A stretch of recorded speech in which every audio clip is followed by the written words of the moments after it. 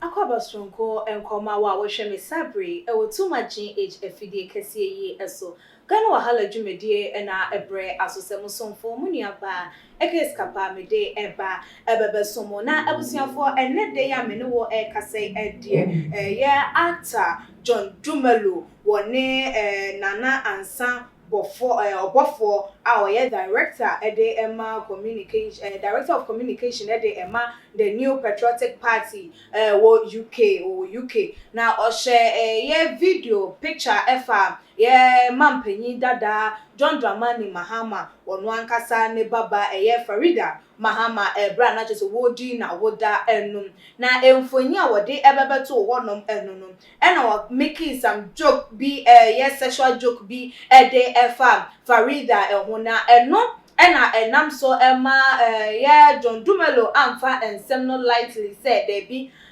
someone under age is sad de eni kwan say will make it such issues and also will make it such fun ede efa no ho chese enam so ama chese wabobo na adwen ede ache opanyi ya wo hu ni say oyeti bonkoso nyansa di nyansa pa ede enya de se wowo ebi na abusuafo mentwemo enko echa enche bia ena Farida edi na woda ena ye mampanyi dada John Dramani Mahama ede ni mfonyi ebebeto honom a chese wo wishi ne bano a happy birthday ohu ni se oye blessing ede ma abusuafo no na emfonyi no emu no utimu se Farida we makeup light one wakeka na no ne chese wa say adie ma oba etimi ni na ho ofe eba abonten ede woye ebi ema chese imfonyi ana eda abonten no obi ehun se akwada yi ne ho efe se yambo ni mfie amfa ankyerɛw se wadi se ya obefu se oyobi a wanyini ama chese bia enche bia wo so aware a enesa na eno na chese yenua ba mayi metwe ye Nana Ansa Obofo yi ede na no ekokoto mu a chese wo fa Farida yi emfonyi baako a na chese watwi ni makeup a wayi ni nyi baako maako bi ede atoto nanim a chese waso ni tinu kama ena wo caption ye ewo ase SM Mahama's daughter Farida at 14 and already they do makeup. Chopments come inside after taxpayers' money make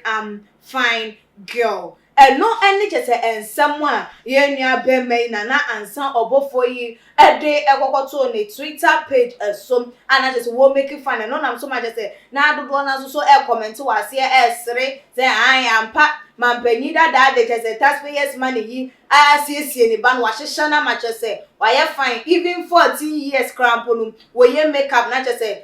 sebi ebusuafo wanimu na say wanimu na say my company ni edi aguboni yi bia enesa because say chopments come inside na say pemwa agro ni bi krapo ekoso a enesa na no ena yenua bema ye John Dumelo amfa ne lightly crampo ohu ne said there be ye papa panimu enu kwan say we make such comments ede efa akwada obetimi aya wo ye mba eho ana say akwada obetimi aya wo ba anya na say sa anya bia crampo no oye under age no crampo ni kwan say we make such comments ede efa no ho enu nti no ono so enam so ebobo na adwen ede eche na sa na ebekwa tie ye John Dumelo nsem a wodi etu edwa no na mekai mo esem Ochade Herbal Center esi tutumrika na bra na so eso wa doctor declare wom se wo dia wo yare yi enua na wodi ebeko owo mu doctor catch us say enya de se wo bema wo betimi awo da oba enya de se wo betimi awo Ochade ese se nyame ena ahyehye se wo ma wo nwodi afa na emom se nyame na nipa bi na dia ede tutumrika na bra na so eso ewo no na wo ayaresa ebe wo dia bema wo low sperm count ena ebiom se diabetes ena hawo candidiasis tete wo enti hyewa yare asthma ewo so edia fane number ewo screen no eso na ene Ochade endi kasubo na wo yare no obetu ase ede amount deku na ye toa ensem no eso edia Yen ya bema John Dumelo enso eteki to ni page eso na say under nana ansa comment no eso no e na wono nso so tro ye SM. You are a stupid fool. Your children should be ashamed of you and your uncouth comments.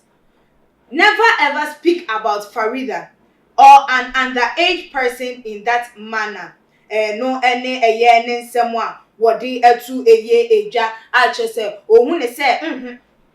ye nua bema na ye papa na ansa sebio nyansa di nyansa ebi eni eye ni tirimu an egusan say eni kwan say o anase say ense emfata say nka such comments krampo no efri na no eba ede efa akwada wo underage say ye Farido say ye hwan yo eni kwan krampo say will make such comments ede efa obi ehun esa na ne makrampo enye ashamed of him so wetimi make such comment na just say onokrafua enkwada just say wo mu ye wo mu teens mu no ese wo mu ne mema eni agra ense enye den emfata say ade we bi say krampo eni akwada bi etirimu a ena mo say wa make such comments no akwada bi be hu ne say oh okay me age no kra no is good and I say it's time say me so get ye involved with guys and I say me so many members so betimi aye den agoyi out na ma ye nyoma a say ense emfata enuti no couple ne comment na wo make ye no entwa eye na no na amadodo na nso ka say aha we dey enka eye John Dumelo efa eye ne ho eben so wode na no etu eye ensem no emu ebie na we enya politics ade na wode na no atumu ebi Benjamin Kesse edode eba so chief. You read this over and typing and you are happy with it. What kind of person will say something like this and to a kid in the name of politics? Ghana is doomed. The sort of people with no conscience controlling our political space and no any Benjamin and someone what they ever and Dominic and so Eddie what they ever was saying.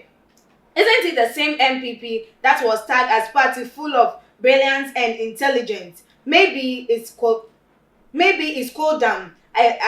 I paid communicator this or no so edia what they eba ye no na abusuafo wo share ye nua be ma ye papa na ansa obofo ni comment I will make it edifa Farida e1 na etwa yi ana na how John Dumelo so eba ye ebebe respond ye no na eye ne kwan so a eno no ana atindidi a wo use ye ne such words or no so e use edema ye panyin no na etwa yi wade ntwe for bra ebebe to edwa e wo too much in comment section na like videos na share all the social media platforms as media any equia sika padasne yebesan edi ehia ebi makram